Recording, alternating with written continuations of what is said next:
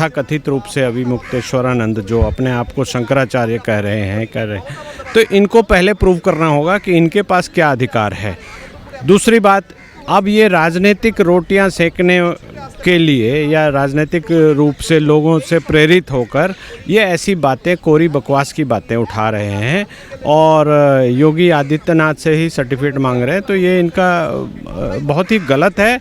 नैतिक अधिकार भी नहीं है, वो इस तरह की कोई बात बोल ही नहीं सकते हैं और उनके खिलाफ एक्शन होना भी चाहिए, मुझे ऐसा लगता है। तो अभिमुक्तेश्वरानंद चाह रहे हैं कि उनकी छवि को कहीं न कहीं से धूमिल किया जाए, जो कि इनके बस का नहीं है, ये कुछ नहीं कर सकते और इनके खिलाफ सख्त से सख्त कानूनी कार्रवाई भी होनी चाहिए। चूँकि ये धार्मिक गुरु है तो ये चाह रहे हैं कि धार्मिक विद्वेष फैले और उसका ये फ़ायदा उठाएं और अपना विक्टिम कार्ड खेलें। इनके हाथ कुछ नहीं आएगा। मुझे लगता है कि ये बहुत सख्ताई से सरकार को इन चीज़ों को निपटना चाहिए। उत्तर प्रदेश में जो पॉलिटिकल पार्टी है, खासकर मैं नाम ले देता हूँ, कांग्रेस या जो सपा है, उनके जो नेता वक्तव्य दे रहे हैं उसको ज़रा आप गौर से सुनिए कि वो किस तरह से अपनी राजनीतिक रोटियां सेक रहे हैं और जब तक उनके इशारे से या उनकी मिली भगत से ये नहीं हो रहा तो ऐसा वो क्यों बोल रहे हैं, ये जनता को समझ लेना चाहिए। ये हिंदू धर्म को कहीं ना कहीं विभाजित करने की बात कर रहे हैं। एक धार्मिक गुरु धर्म के प्रचार प्रसार की बजाय राजनीतिक रूप से रोटियां सेक रहा है, तो इससे बड़ा दुर्भाग्य क्या हो सकता है। और हिंदुओं को चाहिए कि इन धार्मिक गुरु का बहिष्कार करें। इनकी अयोध्या में जाने पर तब तक के लिए प्रवेश पर बिल्कुल बैन होना चाहिए। इनको किसी मंदिर में भी जाने नहीं देना चाहिए और इस तरह से इनके खिलाफ धर्म गुरुओं को इकट्ठा होकर इन पर रोक लगानी चाहिए, मेरा ऐसा मानना है। हिंदू धर्म गुरु अभिमुक्तेश्वरानंद ने फिर एक बार सीएम योगी आदित्यनाथ के ऊपर हमला बोलते हुए कहा है कि सीएम योगी आदित्यनाथ एक हिंदू नहीं है और उन्हें 40 दिन में अपना सर्टिफिकेट देना पड़ेगा कि वो हिंदू हैं। देखिए, सबसे पहले तो हम बात करते हैं कि जो तथाकथित रूप से अभिमुक्तेश्वरानंद जो अपने आप को शंकराचार्य कह रहे हैं तो इनको पहले प्रूव करना होगा कि इनके पास क्या अधिकार है। दूसरी बात, अब ये राजनीतिक रोटियां सेकने के लिए या राजनीतिक रूप से लोगों से प्रेरित होकर ये ऐसी बातें, कोरी बकवास की बातें उठा रहे हैं और योगी आदित्यनाथ से ही सर्टिफिकेट मांग रहे हैं, तो ये इनका बहुत ही गलत है।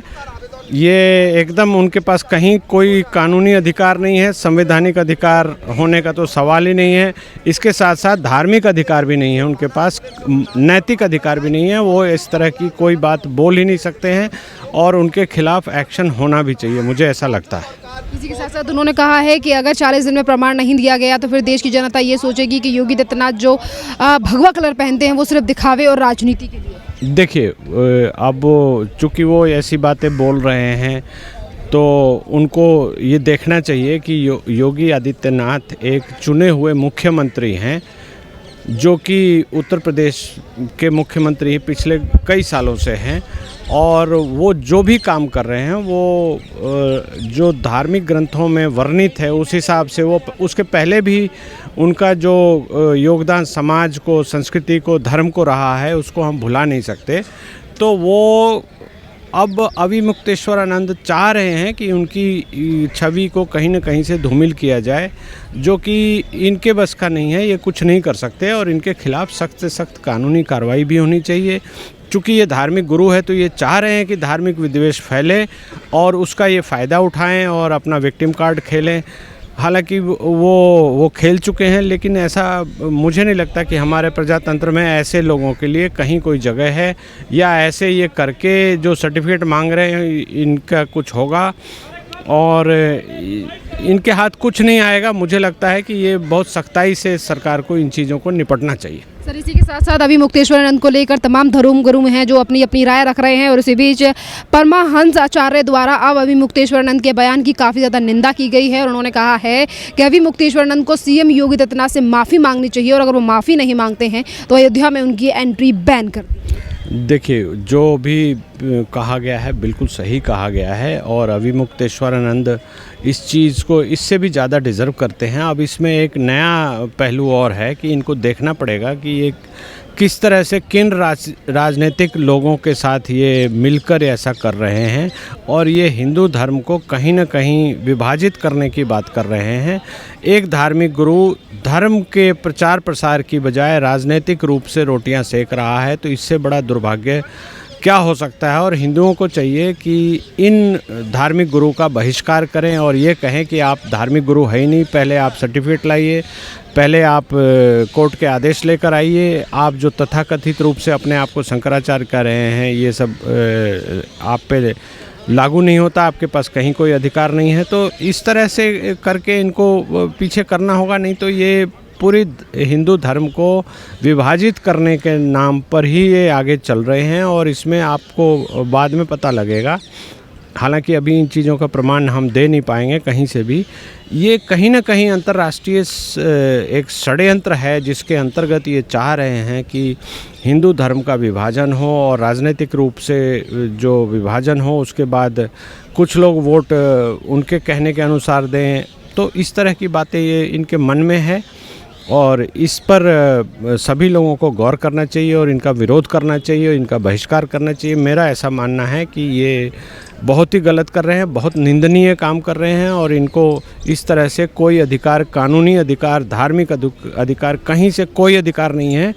और इनको सबसे पहले अपना लेवल, अपना स्टेटस कि आप शंकराचार्य है या नहीं है, क्या है, वो प्रूव करना चाहिए। तभी जाकर इनको ऐसा कोई वक्तव्य जारी करना चाहिए। और ये जो इनकी अयोध्या में जाने पर तब तक के लिए प्रवेश पर बिल्कुल बैन होना चाहिए। इनको किसी मंदिर में भी जाने नहीं देना चाहिए और इस तरह से इनके खिलाफ धर्म गुरुओं को इकट्ठा होकर इन पर रोक लगानी चाहिए, मेरा ऐसा मानना है। सर, इसी के साथ साथ अगर हम बात करें अभी मुक्तेश्वरानंद और माघ मेले के तमाम चीज़ों को लेकर, तो आज जिस तरीके से अलग अलग धर्म गुरुओं की इस पूरे मामले पर राय सामने आ रही है, तो क्या लग रहा है कि अब जो संत समाज है वो दो हिस्सों में बंट चुका है?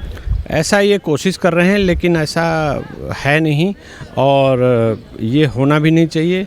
ये बिल्कुल चाह रहे हैं, इस तरह की कोशिश करना चाह रहे हैं कि ये बट जाए और उसके कारण क्या होगा कि हिंदू धर्म की जो शक्ति है वो भी ख़त्म हो जाएगी। वही ये चाह रहे हैं और इसीलिए मैंने अभी कहा कि अंतर्राष्ट्रीय कोई ना कोई साजिश है, उसके अंतर्गत ये खेल खेल रहे हैं। तो इनके ऊपर इस सरकार तो कार्रवाई कर ही रही है, इसके बाद समाज को, धर्म गुरुओं को इनके खिलाफ सख्त से सख्त एक्शन लेना चाहिए और इनका जो ये भी जिस तरह की बातें बोल रहे हैं उसको अनसुना कर देना चाहिए। ये दिखाई दे रहा है कि ये बहुत गहरी राजनीति कर रहे हैं और इस पर रोक लगनी चाहिए। सर, इसी के साथ साथ अगर बात करें कि जिन तमाम चीज़ों से जिस घटना की वजह से ये तमाम चीज़ें शुरू हुई, यानी कि माघ मेला में जिस तरीके से प्रशासन के द्वारा यहाँ पर धर्म गुरु मुक्तेश्वरानंद से उनका आईडी मांगा गया था, आधार कार्ड मांगा गया था, तो क्या यहाँ पर ये उनका अपमान था या फिर प्रशासन का ही यानी कि प्रोटोकॉल का हिस्सा था? देखिए, ये तो प्रोटोकॉल का हिस्सा है, ये तो बहुत छोटी बात है। माघ मेला में मांगा गया, जो विदेशों के राजनयिक आते हैं या जो दूसरे देश के हेड ऑफ स्टेट आते हैं उनसे भी वो सारी चीज़ें डॉक्यूमेंटेशन लेकर उनके रुकने की व्यवस्था या उनके ठहरने की व्यवस्था, चलने फिरने की व्यवस्था, कहीं जाने आने की व्यवस्था की जाती है।